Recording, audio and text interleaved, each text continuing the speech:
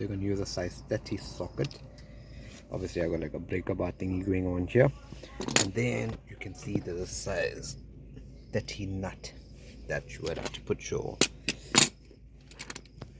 socket there, and then you're going to break it open first while the vehicle is still before you can jack it up and stuff. I suggest you break it first because it makes it easier. Then after that I'm going to loosen all the size 17 wheel nuts first. Just loosen it, just crack it, don't have to remove it, just crack everything before you jack the vehicle up. Okay, as usual we have our jack stand. I just got the jack on the control arm, but the jack stand is here on the jacking point. Obviously only put your jack stands here if underneath is in good condition. If it's not in good condition, don't put it there. For now we're just going to loosen the ball joint bolt. We're going to push this control arm down. When you push the control arm down, we'll be able to grip this whole hub and move it, like, you know, like move it away, like pull it front, turn the wheel, and the CV, which is here, will pop out. Like you can see, this boot here, it wasn't secure, and I'm only doing this to change the circlip. So I removed the nut that was there. There's a washer. I'll take that out now, and I'm doing this without my tripod, so just bear with me. I'm just going to do the stuff and then I'm going to show it to you. So now I'm going to grab my 17 socket so I could remove this bolt here and pull the control arm down and move the whole hub, and then the CV should come out. Okay, this is the bolt that I removed from the ball joint, and like you can see here, the control arm is loose. I pushed it down, see it's loose, and then when you pull this whole stub axle like that, you'll be able to pop the CV out.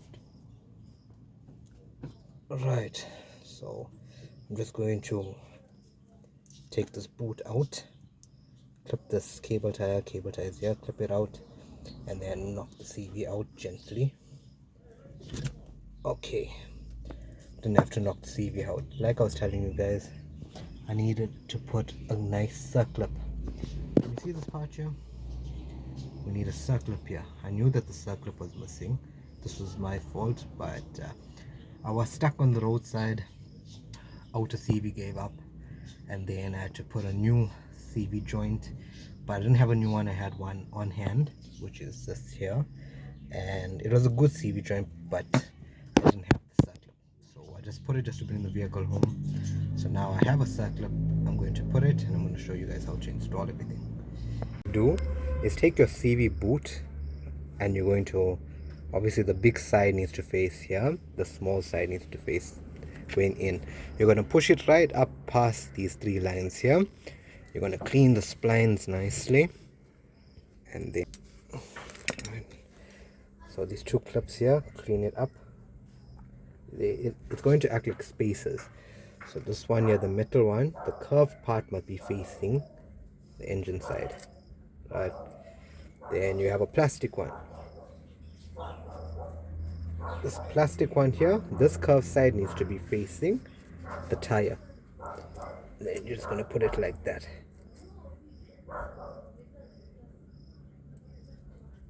Okay, that's in place. CV circlip. This is what I was missing.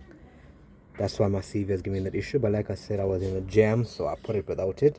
It's just going to try to fit this on like so.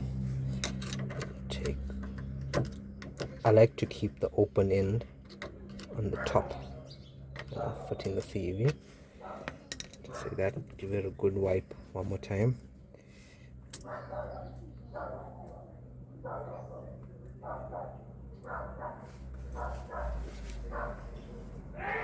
Then my CV joint, it already has grease inside it, so I don't have more grease.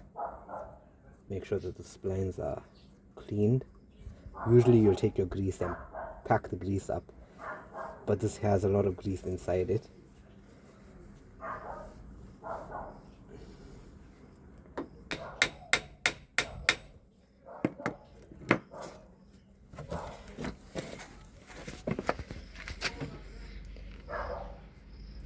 So guys, before your knock here, I don't show, I need to put you need to put your nut back on so you don't damage the spline or you don't damage the thread for your size 13 nut. Then I just had some extra grease, I put it on here. You can see you're gonna give it a good pull, make sure it doesn't come out, make sure that it's moving fine. Then afterwards take your CV boot, put your CV boot around it.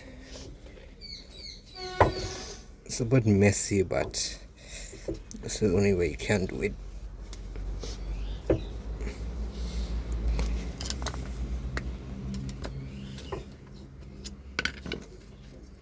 CV boot is there, and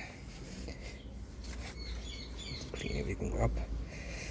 Usually you'll have like those ring clips to hold it, but I don't have that, so I'm going to use cable ties. Make sure you use good quality cable ties. I went and I got big, if you could look here, big cable tie. So I put it on the big end of the boot. I put a normal cable tie on that end of the boot. Make sure it's super tight so it doesn't come out. You're going to grip your whole stub axle, and then you're going to feed the CV through.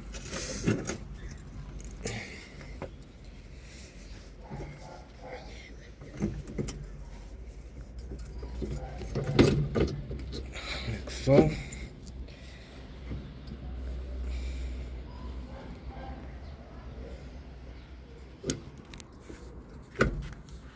And then you're going to take your control arm with your ball joint, put it in its place. So once you have your ball joint and your control arm up into the stub axle, you must fit flush.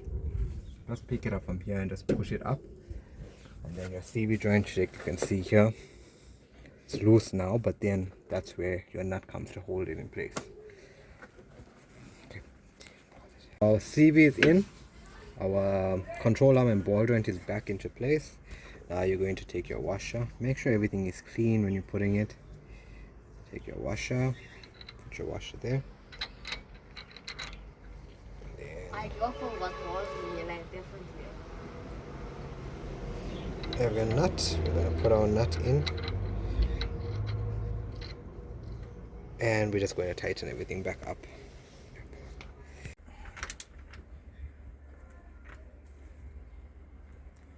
Yeah guys, and just like that. Obviously I'm going to put the wheel back on the floor. Then you are going to take your power bar and you are going to turn this nut possible, and you are done with your outer CV joint.